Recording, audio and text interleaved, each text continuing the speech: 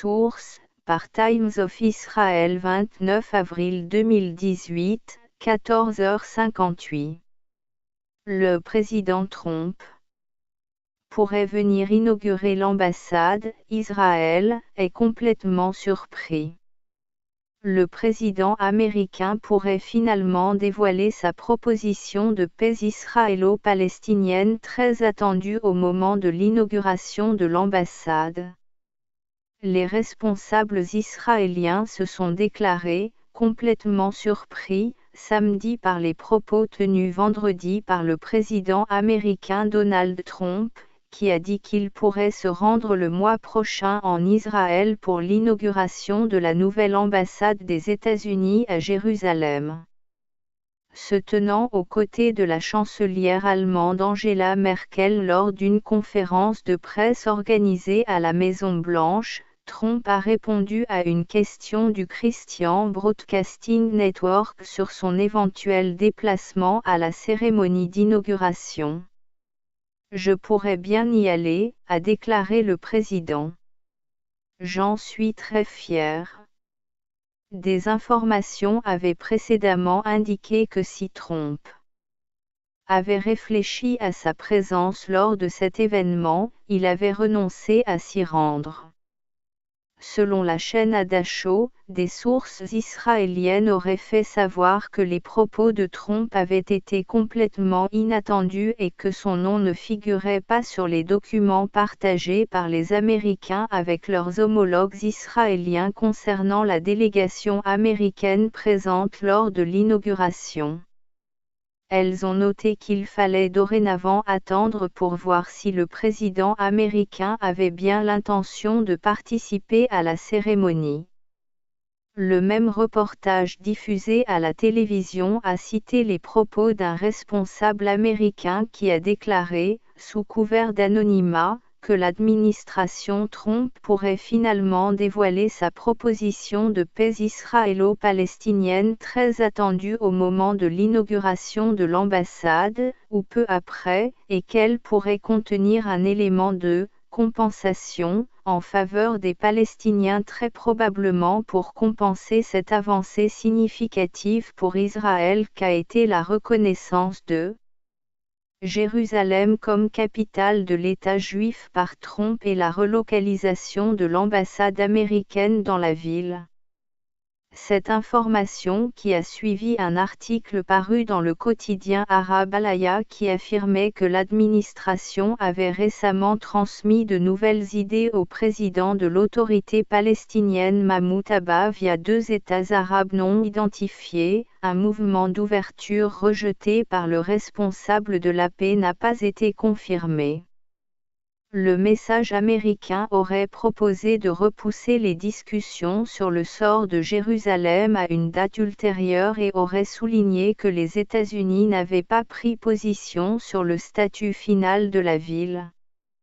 Le journal a cité des sources palestiniennes disant qu'Abbas, qui boycotte l'administration américaine depuis la reconnaissance par Trump de Jérusalem en tant que capitale de l'État juif au mois de décembre, estime que les États-Unis tentent d'utiliser la question palestinienne comme passerelle pour atteindre d'autres États arabes et qu'ils n'ont pas présenté de cadre sérieux pour la résolution du conflit israélo-palestinien.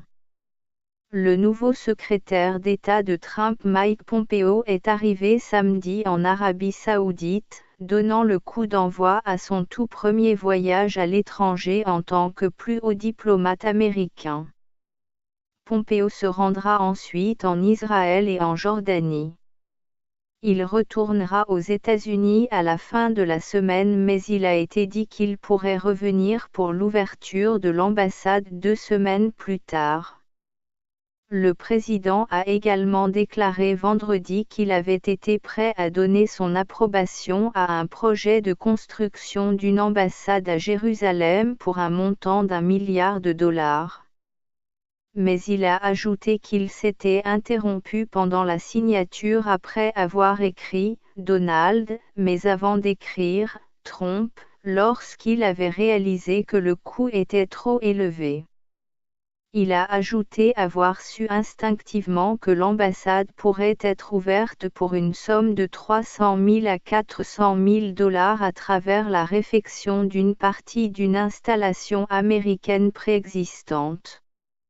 Il a ajouté qu'il avait appelé David Friedman, ambassadeur américain en Israël, pour évoquer les coûts.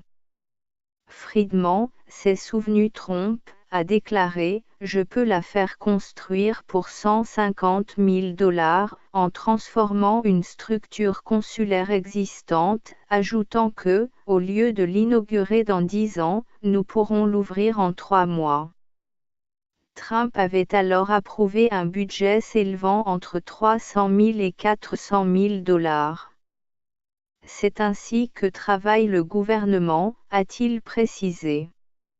On allait dépenser $1 milliard et on va finalement dépenser bien moins d'1 million de $, a-t-il poursuivi. Cela va être beau. Et ce sera quelque peu temporaire même si ça peut rester comme ça pendant de nombreuses années, a-t-il noté. L'ambassade à Jérusalem a été promise pendant plusieurs années par des présidents, a dit Trump. Ils ont tout fait des promesses de campagne et ils n'ont jamais eu le courage de les mettre à exécution. Moi je l'ai fait, s'est-il exclamé. Trump avait promis de relocaliser l'ambassade américaine dans la ville sainte au mois de décembre dernier, alors qu'il venait également de reconnaître Jérusalem en tant que capitale d'Israël. Washington a finalement décidé d'accélérer ce transfert depuis Tel Aviv en réutilisant une structure qui accueille actuellement les opérations consulaires du Consulat général de Jérusalem. Le bâtiment, qui se situe dans le quartier d'Arnona, dans le sud de Jérusalem, hébergera dans un premier temps l'ambassadeur américain et une petite équipe, avait indiqué la Maison-Blanche au mois de janvier. Au mois de janvier, Trump avait aussi annoncé que la nouvelle structure ouvrirait au mois de mai pour coïncider avec le 70e anniversaire d'Israël. Saluée par Israël, les Palestiniens ont considéré cette initiative comme une provocation et ont déclaré qu'elle ôtait à l'administration Trump la capacité à tenir de manière équitable le rôle d'intermédiaire dans les négociations de paix. Le président de l'autorité palestinienne Mahmoud Abbas et d'autres responsables ont depuis refusé de rencontrer les membres de l'équipe de Trump. Le secrétaire d'État au Trésor Steven Mnuchin devrait se trouver à la tête de la délégation forte de 250 membres qui assistera à cet événement, et qui comprendra 40 membres du Congrès ainsi que le gendre de Trump, Jared Kushner, et sa fille. Ivanka Trump.